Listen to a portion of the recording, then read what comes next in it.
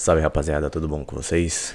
Bom, como de costume, mais um domingo, mais uma análise aqui do mercado, do fechamento, né? O mercado ainda não fechou, agora são 5h58 do domingo, dia 20 de outubro. Porém, já passou bastante, né? Falta poucas horas para o mercado fechar. Então já dá para ter uma noção, né, de como que fecharemos a semana, né? Essa semana foi bem movimentada, ela teve bastante volatilidade, então, diferente da semana passada, né? Essa semana a gente vai ter um pouco mais para poder falar, para poder comentar algumas opiniões minhas, né, sobre o que eu espero, né, daqui para frente. E é isso, sem enrolação, vamos começar aí o vídeo. Na semana passada eu comentei, né, que o total de mercado ele tinha feito uma barra doji e se manteve, né, acima do suporte de 1.14 tri, que era um suporte que estava se mantendo já há um bom tempo. Porém, eu acreditava que o mercado poderia subir até 1.17 para depois voltar a cair, testando aquela região de 1 trilhão, que era exatamente ali a metade, né, desse canal lateral que o total de mercado cripto se encontra já há um bom tempo. E essa semana aconteceu exatamente isso. O total de mercado ele perdeu esse suporte de 1.14, ele foi testar, ele perdeu também a média de 8 semanas, né? Foi testar ali a faixa de 1 trilhão. Então já tinha, né? Já estava dando indícios, né? Que isso iria acontecer. E realmente aconteceu. Porém, daqui para frente, né? Minha opinião, né? O mercado ele vai se segurar um pouco. Ele já está bastante sobrevendido, então, na minha opinião, a probabilidade maior, né? Não é dele voltar a subir com força, não acredito nisso. Na minha opinião, o mercado ele vai subir um pouquinho, né? Como ele já está bem sobrevendido, então ele vai subir um pouco e ele vai voltar a cair. Ele pode até testar 1.14, né? Que era a região de suporte que foi perdido, mas na minha opinião, daqui para frente, eu acredito em quedas. Nada impede do mercado ter uma queda direta, né, de elevador e testar a base desse canal, que é na faixa dos 750 milhões. Mas eu acredito que ele vai lateralizar um pouco, né, antes disso aconteça, né? Ele vai fazer de fato um pullback, né, que é o movimento dele cair, ele sobe um pouquinho e depois ele volta a cair de novo. Pro total de mercado e assim, vai se repetir, né, essa é a minha opinião pro restante dos ativos aqui que eu vou trazer pra gente, mas eu acredito nisso, que é um pullback para uma retomada de queda. E com isso, né, isso a gente tá falando do total de mercado, né, a gente tá em 1 trilhão, então se a gente perder mais 300 milhões, é uma queda bem forte no valor dos ativos, né, então a gente pode ver Bitcoin testar a faixa de $20 mil, Ethereum em 1.300, $1.500, e acredito que essa é a tendência para os próximos 6 meses. Eu já comentei isso em outros vídeos e continuo acreditando nisso. E o DXY corrobora para minha opinião, né? Na semana passada ele havia testado aquela LTB, eu comentei, né, que ele estava fazendo um pivô acima da média de 8, que ele estava testando, e eu acreditava que, porém, ele já tinha testado essa LTB 3 vezes e voltado a cair, porém eu não acredito nisso, né? Já teve bastante testes ali naquela LTB, ele tem se mostrado ganhando volume, ganhando força, então, na minha opinião, o DXY, ele tenderia, né, a subir nas próximas semanas e romper essa LTB. Porém, essa semana ele não chegou a romper, ele tá ali, ele tá testando essa LTB, ele tá ali naquela região se segurando. Eu acredito que nessa semana ele vai fazer um movimento decisivo, onde ele pode até pegar, né, fazer um pullback acima da média de 8, se mantendo ali em cima, e assim ele dá aquela esticada, aquela forte movimentação. O DXY ele já está muito sobrevendido ali, você pode reparar no RSI, no MACD. Então a minha opinião é essa, né, que ele vai fazer um pullback, né, ele vai perder um pouquinho ali de força para depois ele continuar subindo. Vocês podem reparar que a média de 8, que é essa linha vermelha, né, ela já está apontando para cima também. Então o DXY, que é o índice do dólar, ele vai se valorizar perante os outros ativos daqui para frente. O S&P 500 na semana passada, eu havia comentado, né, que ele tinha feito aquela barra doji, né? Mas ele se manteve ali acima da média de 8 semanas. Eu acreditava que ele poderia testar ali a faixa dos 4.560, 4.580 pontos. E depois ele poderia voltar a cair. E aí, né, formaria aquele topo duplo. Aqui na semana passada eu usei o gráfico semanal. E no gráfico semanal eu acreditava que o RSI ele poderia testar ali na região de 67,50 a 70,18, né? Ele poderia subir até ali para depois voltar a cair. E nessa semana eu peguei no gráfico diário porque todos os ativos eu acabei pegando no gráfico diário porque ficaria bem melhor para a gente ter a noção, né, de como estava ali o movimento do mercado. Eu usei o gráfico semanal nas semanas anteriores porque teve baixa movimentação, mas como nessa semana teve muita movimentação, é interessante trazer para vocês um tempo gráfico que dê para ver mais candles, né? Voltando, né? O SP500 ele fez um pivô abaixo da média de 8 nessa semana. Se a gente olhar no RSI, dá para perceber que ele chegou ali naquela faixa, naquelas duas linhas no RSI que eu havia comentado, né? E depois que ele chegou nessa faixa, ele voltou a cair. Então, na minha opinião, sigo acreditando, né, que daqui para frente serão quedas. O SP500 ele se mantém ali, né, naquela região de 4.300 pontos, né?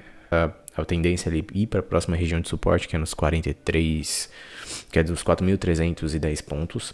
Eu creio que esse índice ele vai fazer um pullback, pois o RSI e o MACD já estão apontando sobre sobrevenda, e depois que ele fazer esse pullback, ele vai testar o topo, ele vai fazer um topo mais baixo que o topo anterior, que tinha sido ali nos 4.606 pontos, e ele vai retomar a baixa.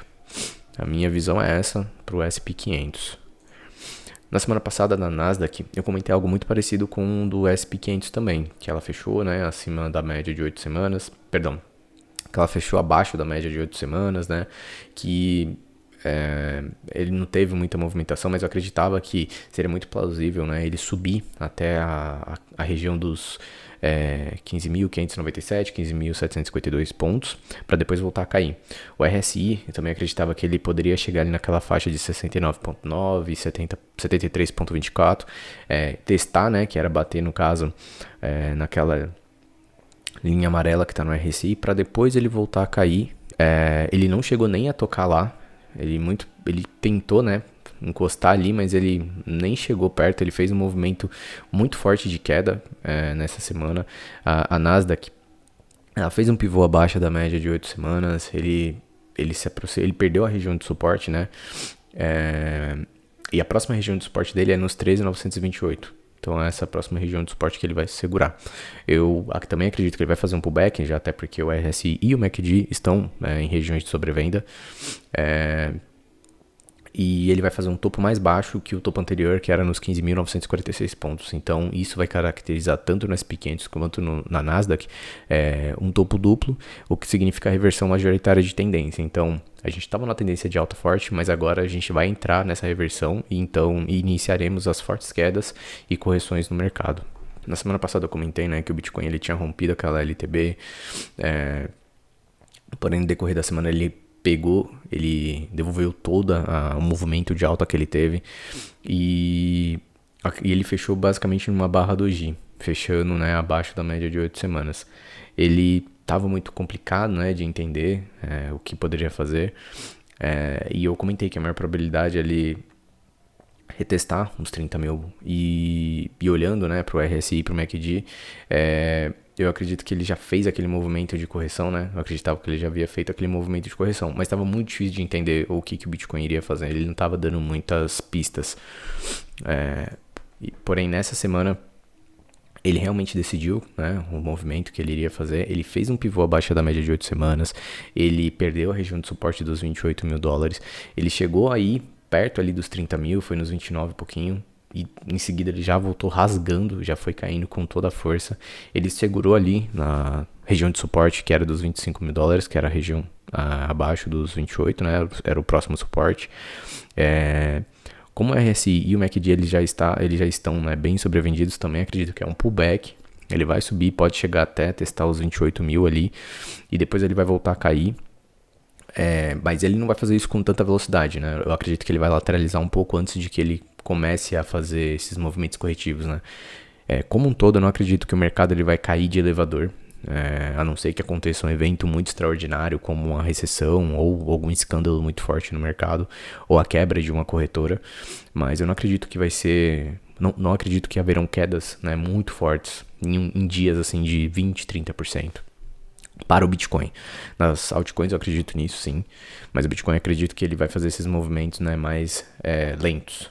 Então a gente vai ver o mercado sangrar de uma forma bem devagar, que se caracterizaria ali no ciclo de mercado aquela fase de angústia, de depressão, né, onde a gente vê os ativos caírem de uma forma bem gradativa, bem devagar. Pro Ethereum eu havia comentado na semana passada que ele fechou, né, com uma barra doji abaixo da média de 8, e pela segunda semana consecutiva indo para a terceira, né? Então eu acreditava que ele poderia vir a testar ali os 1861 a 1887 antes que ele comece a ver um movimento de queda forte, né? Então eu acreditava nisso. E foi o que se concretizou, né? Ele estava mais fácil de interpretar do que o Bitcoin. E então o Ethereum ele fez um pivô abaixo da média de 8, assim como todos os ativos caíram essa semana. E ele perdeu a região de suporte, que era dos 1.826, e se segurou na região de suporte seguinte, que era dos 1.654. Vocês podem ver que o Bitcoin ele caiu menos do que os outros ativos. E a tendência é que pela quantidade de mercado do Bitcoin, né, ele não caia com tanta força como os outros ativos, né. Ele também fez um pivô abaixo da média de 8 semanas, como eu comentei, né, e eu acredito que ele vai lateralizar, porque o MACD e o RSI, né, eles estão muito sobrevendidos. Na minha opinião, o Ethereum ele vai seguir em quedas fortes nos próximos meses, assim como todo o mercado. Eu acredito nisso, né. Não tá ainda, nem o Ethereum nem o Bitcoin não estão na minha faixa de compra ali, na minha buy zone, então eu tô segurando um pouquinho. Mas são ativos que eu irei comprar, né, para a carteira do canal, né. Eu já tenho eles no meu portfólio pessoal, né, continuo comprando eles, mas aqui na carteira do canal eu não inseri eles ainda, mas eles serão ativos que eu vou comprar, né. Um recado que eu vou deixar aqui pra vocês é pra me seguirem no Twitter e no Instagram, né? Eu não tô postando vídeos de análise durante a semana porque não dá tempo, né? Mas eu sempre comento, né, no Twitter e no Instagram, algumas coisas que eu percebo no mercado. E no dia 15, no dia 16, no dia 15 e no dia 16 eu havia comentado, né, esses movimentos que o mercado tava fazendo. E eu alertei, né, que eles estavam em pontos muito decisivos e que poderiam haver fortes quedas. E foi o que aconteceu. Na sexta-feira, né, eu repostei, né, esses tweets que eu havia comentado na quarta e na quinta, respondendo porque foi exatamente isso que aconteceu, né.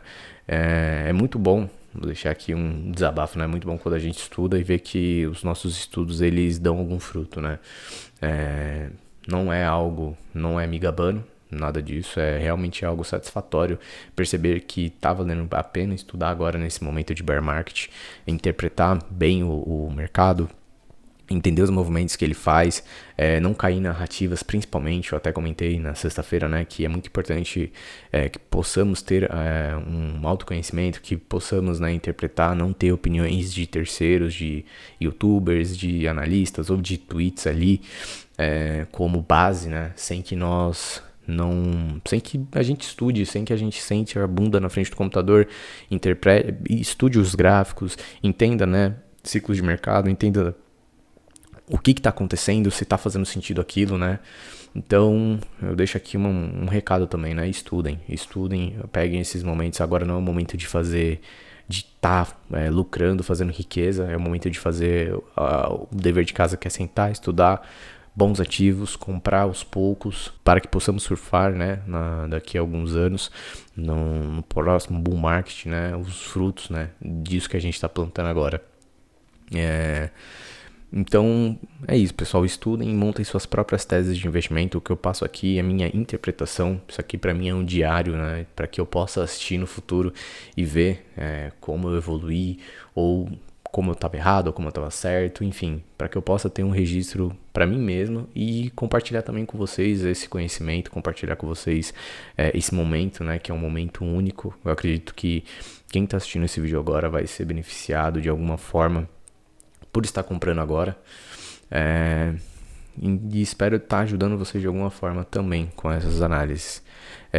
Eu fiz 2 compras essa semana, eu lancei elas hoje aqui, que eu não tinha lançado no portfólio do canal. Comprei só Matic por enquanto, comprei ali cerca de $30, né, Eu comprei ali na faixa dos 63 centavos, depois nos 58 centavos. E eu vou seguir dessa forma. Já está num preço muito bom para mim, independente se cair mais 20, 30, 40%. Para mim já tá ótimo.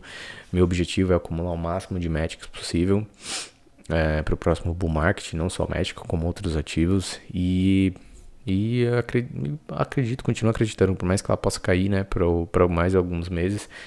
É momento ímpar para poder comprar, para poder montar, né, um portfólio rico para o próximo bull market. Bom, pessoal, foi esse o vídeo. Espero que vocês tenham gostado. Peço que se inscrevam caso você não seja inscrito. Deixem um like, comentem aí se vocês gostaram do vídeo, se vocês têm alguma opinião, alguma dúvida. Eu vou ter o maior prazer em responder. Ativem o sininho para que vocês possam receber a notificação quando o vídeo sair, né? E é isso, né? Vamos focar no bom, vamos focar em estudar pro próximo bull market. A gente tá onde a gente quer estar, que é num outro patamar de vida, né? Melhorar de vida como um todo, das pessoas também ao nosso redor e ter paciência. A riqueza não se constrói do dia pra noite. É estudando, é sendo paciente, é tendo, né? Adquirindo conhecimento ali e tendo controle emocional e tendo principalmente paciência. Beleza? É isso, a gente se vê na semana seguinte. Tamo junto.